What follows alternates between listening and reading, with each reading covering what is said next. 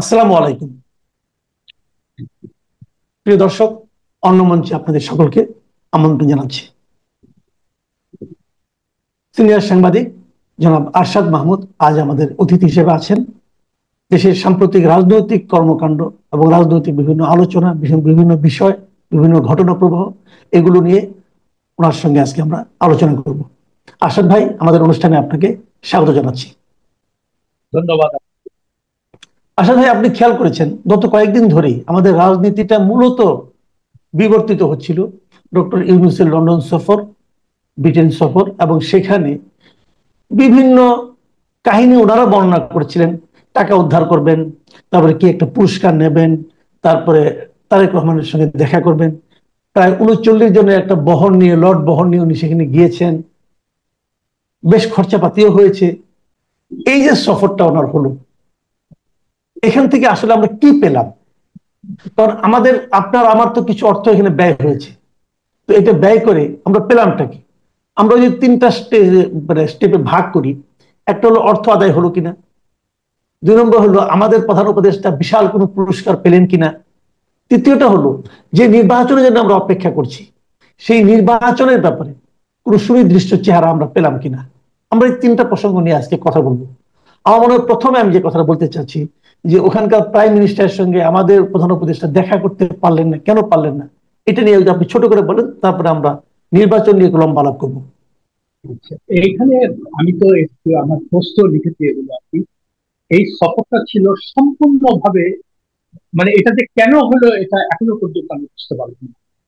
তার কারণ অন্যান্য সফরগুলোর মতোই একটা একটা জিনিস খেয়াল করবেন, তাকে কিন্তু সরকার প্রধান বা রাষ্ট্রপ্রধান হিসেবে দেওয়া যায়। এটা আপনাকে বেসিক জিনিসটা বুঝতে হবে। কেমন তাকে দিয়েছে ব্যক্তি ইউনিট হিসাবে। গ্রামীণ ব্যাংকের উনি অধিকর্তা, সেই হিসেবে উনি গ্রামীণ ব্যাংক কি সব কাজ করছেন এটা তো আমরা সবাই জানি। যাই হোক, ওনার একটা বিশ্বব্যাপী নাম আছে এই তো। আর এই অ্যাওয়ার্ডটা চালু হয়েছে গত বছর। প্রথমে তারা দিয়েছিল আগের ইউএন সেক্রেটারি জেনারেল ছিলেন বান কি মুন, তাকে। এইবার তার সঙ্গেও অনেক নাম টাম দেখলাম, মানে আমি টোটালি কনফিউজ যে এটা যাই হোক, মনে করলাম যে হ্যাঁ, রাজা চার্লস তাকে দেওয়া হচ্ছে। প্রথম কথা হচ্ছে এটা তো তার ইমিডিয়েটলি বলা উচিত ছিল যে দেশের অবস্থা, যে যে অবস্থা, তাতে করে আমার সার্বক্ষণিক উপস্থিতি প্রয়োজন। আমরা একটা ভাঙ্গা দেশকে গড়ে তোলার চেষ্টা করছি, এখানে আমার কোনো সময় নেই। তো আমার পক্ষ থেকে আমাদের হাই কমিশনার এটা গ্রহণ করবেন। এবং রাজা চার্লস, আপনাকে অসংখ্য ধন্যবাদ আমাকে এই পুরস্কারের জন্য মনোনীত করেন, এটা বললেই হয়ে যেত। আচ্ছা, কিন্তু সেটাকে এমন ভাবে ফুলাইয়া ফাঁপাইয়া প্রথমে বলা হলো রাষ্ট্রীয় সফর, তারপরে সরকারি সফর, দ্বিপাক্ষিক সফর। তো এইগুলোর তো এই ফরম্যাট গুলো সম্পর্কে যাদের কোনো ধারণা নেই তাদের জন্য সংক্ষেপে একটু বলি। রাষ্ট্রীয় সফর হয় রাষ্ট্রপ্রধান পর্যায়ে, যেমন প্রেসিডেন্ট, রাজা বা, আর সরকারি সফর হয় প্রধানমন্ত্রী পর্যায়ে, কেমন, বা দ্বিপাক্ষিক। এটা যাই হোক, এটার কোনোটাই ছিল না। তার প্রমাণ কিভাবে পেলাম? যে ওনাকে ওখানে কেউ রিসিভ করতে যায়নি। আর প্রথম কথা হলো যে আপনি যদি ব্রিটিশ প্রধানমন্ত্রী, যিনি মানে ক্ষমতার অধিকারী, রাজা চার্লস তো আমাদের ছোট্ট মতো, তাই না? তার তো কোনো ক্ষমতা নেই। হ্যাঁ, তো যাই হোক, আপনি তাহলে তার সঙ্গে অ্যাপয়েন্টমেন্ট ঠিক না করে আপনি গেলেন কেন সেটা? আপনার যদি দ্বিপাক্ষিক বৈঠক হয়, আর বারবার করে বললেন কি যে টাকা পাচার যে ইয়ে হয়েছে, এটা আমরা আদায় করতে যাবো, এই জন্য আপনি এটাকে জাস্টিফাই করার জন্য বাংলাদেশ ব্যাংকের গভর্নর এবং দুর্নীতি এবং কমিশনের চেয়ারম্যানকে সঙ্গে নিয়ে, কেমন। এবং একটা জিনিস লক্ষ্য করেন, তারা যে কোথাও ওইখানে যে তাদের কাউন্টার পার্টদের সাথে কোনো বৈঠক করেছে, এটা কিন্তু কোনো ছবি বা ভিডিও আমরা কোথাও দেখি। আপনি দেখে কিনা যাই না, অন্তত আমি দেখিনি দেখিনি দেখিনি। আচ্ছা, যাই হোক, তাহলে প্রথম কথা হলো, আরে আসাদ মনসুর বারবার করে একটা কথা বলছে যে এটা একটা জটিল প্রক্রিয়া। কয়েকদিন আগেও বলেছে সেটা, যে এটা 5 বছরের আগে কোনো সুফল পাওয়ার কোনো সম্ভাবনা নাই। তো আপনি যখন এই জিনিসটা জানেন, তখন কি আর শর্মার কাছে যে বলবেন যে ভাই আমি আসছি, আমার ওই হাসিনার যত টাকা আছে সব দিয়ে দেবো, আসলে দিয়ে দিল। আর এইসব রাষ্ট্রগুলা কি, এগুলা হলো সমস্ত এই দুর্বৃত্ত অর্থ পাচারকারীদের স্বর্গরাজ্য। আমেরিকা বলেন, ব্রিটেন বলেন, সিঙ্গাপুর, মালয়েশিয়া, এগুলো সব এদের টাকা পয়সা নিয়ে ওদের অর্থনীতিকে তারা মজবুত করে। দুনিয়াদার থেকে লুটপাট করে যারা যায় তাদেরকে বলে আসো আসো আমাদের বুকে আসো, আমরা তো তোমাদের মতো লোক চাই, কেমন। তা না হলে আজ পর্যন্ত কোনোদিন শুনছেন যে কারো কলকাতা থেকে কোনো টাকা আদায় হচ্ছে? ভাই, এগুলো তো সিম্পল জিনিস। তারপরেও আরেকটা কথা বলা হচ্ছে যে অ্যাসেট ফ্রিজ করছে, মানে ওই সালমান রহমানের ছেলে আর জাভেদের। আচ্ছা, এটারও আপনার বলে রাখি, এটা একটা জাস্ট নিউজ, কেমন? এইটার যে জটিল মানে আইনি জটিলতা, যখন এটা কোর্টে উঠবে দেখবেন এটা মাসের পর মাস, বছরের পর বছর এগুলো চলতে, এই লয়ারদের ব্যবসায় হলো এটা, কেমন? ফলে আমাদের খুব পুলকিত হওয়ার কোনো কারণ নাই যে অ্যাসেট ফ্রিজ করছে, সেই অ্যাসেট বিক্রি করে আমাদেরকে টাকা দিয়ে দিল, এরকম কোন রকম কোনো সম্ভাবনা নেই, অন্তত অদূর ভবিষ্যৎ। আচ্ছা, হয়তো প্রসেসটা চলে, আমরা তো আশা করতে পারি ভালো বলে। আচ্ছা, 2 নম্বর, আপনি যে বারবার করে বলছেন যে ওখানে খুব প্রোডাক্টিভ মিটিং হয়েছে, কার সাথে প্রোডাক্টিভ মিটিং? তারপরে বলতেছে কি রাজা চার্লসের সাথে তার প্রেস সচিব বলছে যে খুব গুরুত্বপূর্ণ, সৌহার্দ্যপূর্ণ, প্রোডাক্টিভ মিটিং। আচ্ছা, রাজা চার্লস তো অন্য অনেকদের ডাকছিল, তার মধ্যে সেও আসবে। তো ভালো কথা, তার সাথে যদি মিটিং হয়ে থাকে, আপনার মূল মানে এজেন্ডা যদি হয় টাকা হাতার করা, টাকা ফেরত আনা, তো রাজা চার্লসকে কি আপনি বলছেন যে রাজা চার্লস তুমি তো আমার বন্ধু, তুমি আমাকে তোমার প্রধানমন্ত্রী তো আমার সাথে দেখা করলো না, তা তুমি এই ব্যাপারে একটু উদ্যোগ নিয়ে এটা করো? প্রথম কথা হলো রাজা চার্লসের এটা এখতিয়ারের বাইরে, তার এটা আলোচনা করার কোনো সুযোগই নেই, কেমন? এটা আলোচনা করবে সরকার, সরকার মানে সে তো টিটুলার। আচ্ছা, তো তাইলে ভাই আপনি যে বলতেছেন এটা খুব প্রোডাক্টিভ মিটিং হচ্ছে, খুব ফ্রুটফুল মিটিং হচ্ছে, ইন হোয়াট সেন্স আমি এটা জানতে চাচ্ছি। আপনি ওইখানে গেলেন, 10 লক্ষ টাকা হোটেল ভাড়া পার নাইট, তার যে সুইটে ছিল 10 লাখ টাকা পার নাইট, বুঝলেন? 37 জনের, এটা ওনার একার ভাড়াই 10 লাখ টাকা, একার জন্য 10 লাখ টাকা পার নাইট, কেমন? আচ্ছা, যাই হোক, তাহলে আপনি যে এই টাকাগুলা, এই যে এখন তো মনে হচ্ছে যে আমার কেন জানি বারবার হাসিনা তো মনে করছে এটা তার বাপের সম্পত্তি, যা ইচ্ছা তাই করছে, আর উনি মনে করতেছে ওনার বাপ কবে মারা গেছে আমি জানি না, আল্লাহ ওনাকে বেহেশতে নসিব করো, আর উনি মনে করতেছে এটা আমার নিজের সম্পত্তি।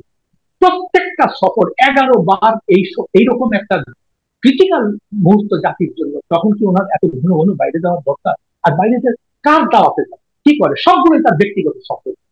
ব্যক্তিগত সফর সঙ্গে করে 30, 40, 50 জনকে সঙ্গে নিয়ে যাবে, এবং এই গরিব জনগণের টাকা উনি ওখানে আমোদ ফুর্তি করতে যাচ্ছেন। এটার কিন্তু কোনো আজ পর্যন্ত কোনো কংক্রিট রেজাল্ট আমরা দেখতে পাই। এখন বলবেন যে ভাই এগুলো তো তাড়াতাড়ি হয় না, খুব ভালো কথা, এটাও আমরা জানি, কিন্তু আপনি এটাকে এইভাবে ফুলায় ফাঁকায় জিনিসটা কেন আপনি বলেন যে না আমি চেষ্টা করবো এরকম? আর সবচেয়ে বড় কথা, তার এগুলো তো যাওয়ার দরকারই ছিল না। বলতে পারবেন এখন আমি একটা সরকারের প্রধান হিসেবে দায়িত্ব পালন করতেছি, আমাদের একটা অত্যন্ত নাজুক পরিস্থিতিতে মানে আমাদের চলতে হচ্ছে, এই জন্য আমাদের সার্বক্ষণিক উপস্থিতি দরকার, আমরা এখন বাইরে যেতে পারবো না। আপনি তো সারা জীবন ঘোরাঘুরি করছেন, এখন কয়েক মাস গেলেন না।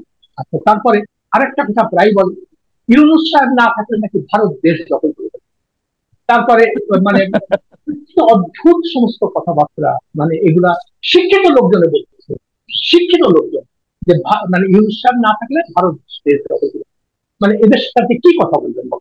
আচ্ছা, ইন্ডিয়া কি? হ্যাঁ, আমরা আমরা এবার অন্য প্রসঙ্গটাতে আসি। সেটা হলো যে এটা তো প্রথম একটা প্রসঙ্গে গেল, দ্বিতীয় প্রসঙ্গটা হলো যে অনেকে এমন বলে থাকেন যে এই সফরটা আসলে ছিল তারেক রহমানের সঙ্গে দেখা করার ব্যাপারটা নিয়ে, কারণ বিএনপির সঙ্গে সরকার বর্তমানে একদম মুখোমুখি অবস্থানে আছে নির্বাচনের তারিখ নিয়ে, এপ্রিলে নাকি ডিসেম্বরে এই ধরনের একটা বিরোধ, এই বিরোধ নিরসনের জন্যই উনি মূলত ওখানে গিয়েছেন এবং সেই কাজটা উনি সাফল্যজনকভাবে শেষ করতে পেরেছেন। কিন্তু আমরা দেখলাম যে এমন একটা মিটিং হলো, মিটিং এর পরে যে যৌথ ঘোষণা যখন আসলো, তখন দেখলাম যে এখানে ডক্টর খলিল ছিলেন এবং আমির খসরু মাহমুদ চৌধুরী ছিলেন, দুজন শীর্ষ, মানে আমির খসরু মাহমুদ চৌধুরী বিএনপির শীর্ষ নেতা।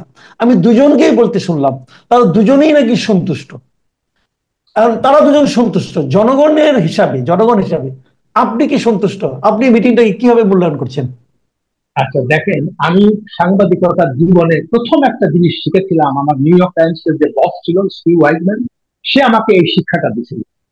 তো প্রথম আমি বললাম, স্টিভ, ভালো সাংবাদিক হতে গেলে কি করতে, মানে প্রথম লেসন কি? ইংরেজিতে বললো, you have to be an incorrigible sceptic, মানে কোনো কথা তুমি বিশ্বাস করবে না, বিশেষ করে গভর্নমেন্টের থেকে যখন কোনো স্টেটমেন্ট হয়, ইউ নেভার ট্রাস্ট দেম। কেমন? তাদের কাজ হলো এই ধরনের কথাবার্তা বলা, সাংবাদিক হিসেবে আমাদের কাজ হলো এইটাকে ডিসেক্ট করা এবং মূল সত্যটা বের করার চেষ্টা করা। এই জন্য যখন আমি দেখলাম যে চতুর্দিকে উচ্ছ্বাস, ইলেকশন আগে আসতেছে, তারপরে সবকিছু শেষ ঠিক হয়ে গেছে, আমার কিন্তু এরকম কোনো কিছুই মনে হচ্ছে না। এটা আমার ট্রেনিং, মানে এটা আমার কিছু করার নেই, কেমন? আমি সন্দেহবাদী মানে এইসব ব্যাপার, বিশেষ করে গভর্নমেন্ট থেকে। সেই জন্য আমার প্রথম এক কথার উত্তর হচ্ছে আমি এ ব্যাপারে মোটেই আশাবাদী না। অন্তত আমি, আর আমার ধারণা ইলেকশন হবে না, এটা হচ্ছে আমার ধারণা এখন। মানে এত কিছুর পরেও আপনার ধারণা ইলেকশন হবে না? হ্যাঁ হ্যাঁ, তার কারণ আপনি যখন তাদের কার্যকলাপ গুলো যখন দেখেন, যখনই ইলেকশনের কোনো কথাবার্তা খুব হয়, তখন তারা বিভিন্ন ইস্যুতে অন্যদিকে জিনিসগুলোকে ঘুরাই নিয়ে যায়। তখন ওই যে মানবিক করিডোর, চট্টগ্রাম বন্দর, তারপরে অমুক জায়গা থেকে আমাদের আসতেছে, এই মানে নানান অবাস্তব সমস্ত কথাবার্তা গুলো তখন বলতে থাকে। এটা নিয়ে একটা বিতর্ক সৃষ্টি হয়, ইলেকশনের জিনিসটা ঢাকা পড়ে যায়। জি।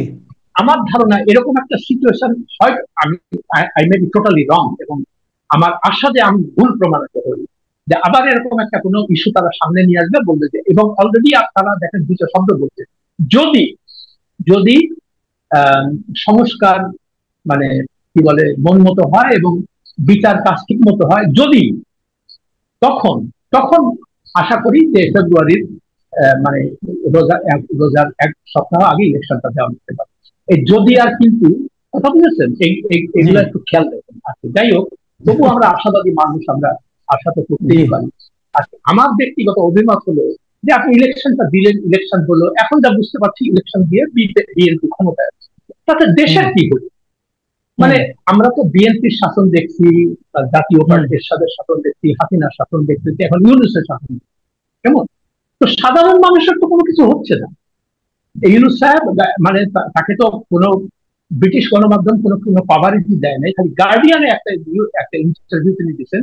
তো সেখানে তিনি বলছেন যে ওই যে মানুষ সরকারকে পছন্দ করে না, সব জায়গায় দুর্নীতি, গ্রাম থেকে শুরু করে সরকারের উপর মানুষের কোনো আস্থা নাই। তো এই জন্য আগে হাসিনাকে তারা ক্রিটিসাইজ করতো, এখন আমাকে ক্রিটিসাইজ করে, এটা বলেছে গার্ডিয়ান, আমি পড়লাম সেটা, কেমন? তো আমার প্রশ্ন হচ্ছে, আপনাকে ক্রিটিসাইজ কেন করবে, বা আপনি ক্রিটিসাইজ মানে ফেস করছেন কেন? কারণ দেশের সাধারণ জনগণ, যেমন আমি বা আপনি, আমরা তো ইউনূস সাহেবকে প্রচন্ড ভাবে সমর্থন দিচ্ছিলাম, আমরা তার প্রতি এরকম আস্থা হারাই ফেললাম কেন? আমি অন্য মানুষের কথা বলতাম, আমি দেখতে পাচ্ছি যে আপনি একের পর এক বেআইনি কাজ করছেন, একের পর এক নিজের এক্সিকিউটিভ অর্ডারে নিজের মামলা তুলে দিচ্ছেন, কর্মভোগ করাচ্ছেন, গ্রামীণ ব্যাংকের গ্রামের যত অঙ্গ করে তাদেরকে সুযোগ সুবিধা দিচ্ছেন, কথায় কথায় বিদেশ চলে যাচ্ছেন, দেশের ট্যাক্স টাকা, এগুলা কি? তো এইগুলা যখন আমরা বলবো, মানে স্বাভাবিকভাবে ক্রিটিসিজম হবে। তো উনি, আমার প্রশ্ন হচ্ছে এটা, যে আপনি কি জানেন না যে আপনাকে মানুষ কেন ক্রিটিসাইজ করছে? তখন তার মধ্যে, আপনার মধ্যে আর হাসিনার মধ্যে বা তারেক রহমান বা খালেদা জিয়ার মধ্যে তারা কোনো পার্থক্য নেই। তাদের সময় তারাও বিদেশে যাইতো, এরকম ঘন ঘন ডক্টরেট আনতে যাইতো, তারপর এইটা করতো, এগুলোই করতে। তো আপনার সবচেয়ে যে কাজটা করা উচিত ছিল যে সংস্কারের দিকে মন দেওয়া, মূল সংস্কার, বিচার ব্যবস্থা সংস্কার করবো। আমি আগেও আপনার একটা অনুষ্ঠানে বলেছি, বিচার ব্যবস্থা, তারপরে নির্বাচন ব্যবস্থা সংস্কারটা প্রথমেই করতে হবে, যে যারা নির্বাচিত হয়ে আসবেন তাদের অ্যাসেট ডিক্লেয়ার করতে হবে নির্বাচনের আগে, এবং প্রত্যেক বছর তাদের অ্যাসেট পাবলিকলি ডিক্লেয়ার করতে হবে। এখন উনি নিজেই করেন না, নিজের জাতির কাছে ওয়াদা করে সেই আজ পর্যন্ত তিনি সেটা করলেন। ফলে আমি তো কোনো আশা দেখতে পাচ্ছি না। তারপরে 2 নম্বর, আইন, মানে আইন প্রণেতা, মানে এমপি যারা হয়ে আসবেন তাদের আইন প্রণয়ন ছাড়া কোনো অন্য কোনো ক্ষমতা থাকবে না। মানে ওই যে এখন ওই যে আর্থিক ক্ষমতা থাকে, বিভিন্ন তাদের কনস্টিটিউশনে যে টাকা পয়সা, এগুলো তারা করতে পারবে। এই সমস্ত যদি করতে পারা যেত, এই সংস্কারগুলো যদি হতো, তাহলে হয়তো বা আমরা কিছুটা আশা বলা দেখতে পারতাম যে না, দুর্নীতি ওই পর্যায়ে কমে যাবে। তারপরে সরকারি কর্মকর্তা কর্মচারীদের দুর্নীতি, তারা কেউ আজ পর্যন্ত কোনো মানে তাদের সম্পত্তির হিসাব দিল না। ফলে বারবার বলা সত্ত্বেও, ওয়াদা করা সত্ত্বেও এগুলো করছে। আচ্ছা, আরেকটা জিনিস দেখেন, সংস্কার যে তার কোনো মানে অগ্রাধিকারের মধ্যে নেই। আপনি কয়েকদিন আগে দেখতেন যে স্থানীয় সরকার কমিশনের যে প্রধান ছিলেন ডক্টর তোফায়েল আহমেদ, তিনি খুব হতাশার সাথে বললেন যে আমরা এত পরিশ্রম করে একটা রিপোর্ট দিলাম 4 মাস আগে, তার বিন্দু মাত্র কোনো মানে বাস্তবায়ন কোথাও দেখতে পাচ্ছি না। এ কি সমস্যা? তো তাহলে আমাদেরকে আপনি ডাকলেন কেন? দেখি এই কষ্টটা, ওই আগে আগে প্রত্যেকটা গভর্নমেন্ট এসে এসে এক একটা টাস্ক করে, এটা করেন, তারপরে ওইগুলোর মধ্যে ধুলা জ্বলতে থাকে, ধুলা জ্বলতে থাকে। তারপরে অন্য সরকার আসে, ওইটাতে ধুলা ধুলা ঝাড়িয়ে বলে আচ্ছা ঠিক আছে, আবার কিছু লোকের এর মধ্যে মানে খাওয়া দাওয়ার ব্যবস্থা হয়, 2 পয়সা কামানোর ব্যবস্থা, মানে এর থেকে মানে কি একটা অদ্ভুত ব্যাপার। আর আপনি যে বারবার বলছেন লন্ডন সফর বিশাল, সেখানে কোনো নর্মালি এরকম বাইলেটারাল কোনো ভিজিট হইলে একটা তো জয়েন্ট স্টেটমেন্ট হয়, তার এবং তার, আপনি আজ পর্যন্ত দেখছেন কোথাও, মানে গত 4-5 দিন আমি না, ওটা নেই। আচ্ছা, আমরা আমরা বরং ওই আপনার ইয়ের সঙ্গে রাজনৈতিক প্রসঙ্গটা তো আরেকবার আসি, যে বিএনপির সবাই কিন্তু খুব হ্যাপি। এটা কেন, তারা কিসের উপর ভিত্তি করে হ্যাপি হচ্ছে? আপনি যেভাবে বললেন, আমি আপনার তো এখনো সন্দেহ আছে। আমি আমি সেটা তো আমার ব্যক্তিগত অভিজ্ঞতা। বিএনপি কিসের জন্য এত নাকানাকি শুরু করেছে আইডল। তারপরে আরেকটা দেখেন কিরকম, মানে দেখেন সে খলিলুর রহমানকে নিয়ে গেছে ওখানে। এখন সেখানে মূল তাকে ফোকাস করা হচ্ছে যে ওই তারেক রহমানের সাথে বৈঠক হলো, সে ছিল একটা মূল মানে পার্টিসিপেন্ট তার মধ্যে সরকারের। জি। আমার খালি প্রথমে প্রশ্ন হলো যে সে তো জাতীয় নিরাপত্তা উপদেষ্টা, রোহিঙ্গা বিষয়ক মানে হাই রিপ্রেজেন্টেটিভ, তার এখানে কাজটা কি? মানে সে কি এখন মানে আভ্যন্তরীণ ব্যাপারেরও উপদেষ্টা? এটা তো আসিফ নজরুলের হওয়ার কথা ছিল। মানে যদি আপনি সত্যিকার অর্থে মানে ন্যাশনালি জিনিসটা চিন্তা করেন, আমি তো সেটা দেখতে পেলাম। তো এই জিনিসগুলো আমার কাছে, খলিলকে কেন নিচ্ছে, আমি এটা আমার ধারণা, আমি লিখেছি আর কি এটা প্লিজ, যে তার নামে যে সমস্ত মামলাগুলো আছে আর কি, মামলাগুলো মানে ওই যে সেই খুন খারাপের যে ব্যাপারটা ছিল, পরকীয়ার সঙ্গে জড়িয়েছিল বলে অভিযোগ আছে। তারপরে পত্র পত্রিকায় সেই সময় রিপোর্ট হয়েছিল এক মহিলাকে সে নিউ ইয়র্ক নিয়ে যেতে চাইছিল, যার সাথে ইয়ে ছিল, ওই লতিফুর রহমানের অফিসে কাজ করতেন, তার সঙ্গে তার সম্পর্ক হয়। এটা নিয়ে পরে তার স্বামীর সঙ্গে মনোমান্য করেন, একজন তাকে খুন করে স্বামী, এবং পরে নিজে আত্মহত্যা করে মারা। কেমন? তো এখন এবং সেই রাত্রেই খলিল দেশ থেকে চলে যায়, পালিয়ে যায়। এবং আরেকটা জিনিস খেয়াল করেন, তখনও কিন্তু তত্ত্বাবধায়ক সরকার মানে লতিফুর রহমান মেয়াদ শেষ হয়, আরো সপ্তাহখানেক বাকি দিল, কিন্তু সে চলে যায়। কেমন? আর 24 বছর পরে সে উদয় হয়ে চাইছে। এখন স্বাভাবিকভাবে তাহলে ওই মামলাটা কি হয়েছে? দেশে যদি আপনি আইনের শাসন প্রতিষ্ঠা করতে চান, ন্যায় বিচার, তাহলে এর একটা অনুসন্ধান দিতে হবে। আমি বলছি না দেশে এটা একটা ইনভেস্টিগেশন হওয়া দরকার। এখন তারেক রহমানকে যে আমার ধারণা, এটা আমার সম্পূর্ণ ব্যক্তিগত অভিমত, যে যদি আপনারা ক্ষমতা, খলিলকে কিন্তু কিছু বলেন, হ্যাঁ, তারে একটা ইন্ডেমনিটি দিতে হবে, যাতে করে সে মানে এই সমস্ত ঝামেলার মধ্যে না থাকে। তো এখন এটা আমার সম্পূর্ণ আমার ব্যক্তিগত অভিমত। তাছাড়া খলিলের সেখানে উপস্থিতির কোনো বিন্দু মাত্র কোনো কারণ নেই। এটা কেন করছে? মানে সেটা কোনো আভ্যন্তরীণ রাজনীতির ব্যাপার, তার সঙ্গে তার যে পদবি আছে ন্যাশনাল সিকিউরিটি অ্যাডভাইজার, হ্যাঁ, এটা আপনি এখন চিন্তা করেন অজিত ডোভাল কি ন্যাশনাল পলিটিক্স নিয়ে কোনো মানে ইন্ডিয়াতে কথা বলে? দ্যাটস নট হিজ জব, তাই না? তো যাই হোক, আপনি যারে খুশি যেমনি, মানে একটা মানে কি বলবো, এটা মানে ওই যে হীরক রাজার দেশ আছে, যা খুশি যেমনি পারে, এটা কোথায় যাবে, কেমনি কি করবো, আমার তো মাথা রাখতে। আর এখন আমরা যখন আমরা এই সমালোচনা করতেছি, কিছু কিছু তথাকথিত শিক্ষিত লোক বলতেছে যে আমরা দেশের মঙ্গল চাই। আরে ভাই, আমাদের পার্সোনাল কি গেম করার আছে? দেশের আমরা মঙ্গল চাবো না কেন? দেশের মঙ্গল না চাইলে কি আমি আমেরিকার চাকরি বাকরি ছেড়ে আমি দেশে ফিরে আসতাম? আমি তো ওইখানে ভালোভাবে থাকতে পারতাম। আমাদের যদি কোনো ব্যক্তিগত স্বার্থ থাকে, তো আমরা তো আমেরিকা ছাড়া এখানে আসবো। এখানে এসে তো আমি সরকারের কোনো কিছু এর মধ্যে জড়িত না, আমি কিভাবে বেনিফিটে দিচ্ছি? একজন লিখেছে আমি নাকি আগের সরকারের আমলে বেনিফিটে দিচ্ছি। ভাই, আমি তো, আপনি তো জানেন হাসিনা সম্পর্কে কি লিখছি না লিখছি। আমাকে 3টা সরকারকে কি যন্ত্রণা দিচ্ছে, এরশাদ, খালেদা এবং হাসিনা, এটা তো আপনারা জানেন, তাই না? তো আমি যদি এরকম বেনিফিট নিতে চাইতাম, তো আমি তো বহু আগেই এগুলো করতে পারতাম। আমি কেন করতে পারবো? আমার তো প্রয়োজন তো নাই। ঠিক আছে, অনেক ধন্যবাদ জনাব আরশাদ মাহমুদ ভাই। আপনাকে আপনি মানে খোলামেলা কথাই বলেন সবসময়, আজকেও এরকম অনেক কথা বললেন। আমার মনে হয় যে প্রিয় দর্শক আপনারাও শুনলেন, আমার মনে হয় যে সিনিয়র সাংবাদিক আরশাদ মাহমুদের যে কথাবার্তা যেগুলি বললেন, আজকে আলোচনাগুলি করলেন, এগুলি ওনার অভিজ্ঞতাজাত। উনি অনেক কিছু দেখেছেন, সাংবাদিকতা করতে গিয়ে দেখেছেন। কাজেই যারা আমাদেরকে রাষ্ট্রীয় পর্যায়ে বসে নানা কথা শোনায়, প্রিয় দর্শক আপনাদের কাছে অনুরোধ, সন্দেহের দৃষ্টিতে সবকিছু দেখুন, তাহলে না ঠকার মানে সম্ভাবনাটা বেশি থাকে। তাহলে বিশ্বাস করবেন, আনন্দিত হবেন, পরে হতাশে ধপাস করে পড়ে যাবেন। একটু চিন্তা করুন, নিজেকে প্রশ্ন করুন, সম্ভব হলে ওনাদেরকেও প্রশ্ন করুন। প্রশ্নই কেবল প্রকৃত সত্যটাকে বাইরে বের করে নিয়ে আসতে পারে। প্রিয় দর্শক, এখন এ পর্যন্তই, আবার কথা হবে। আল্লাহ হাফেজ।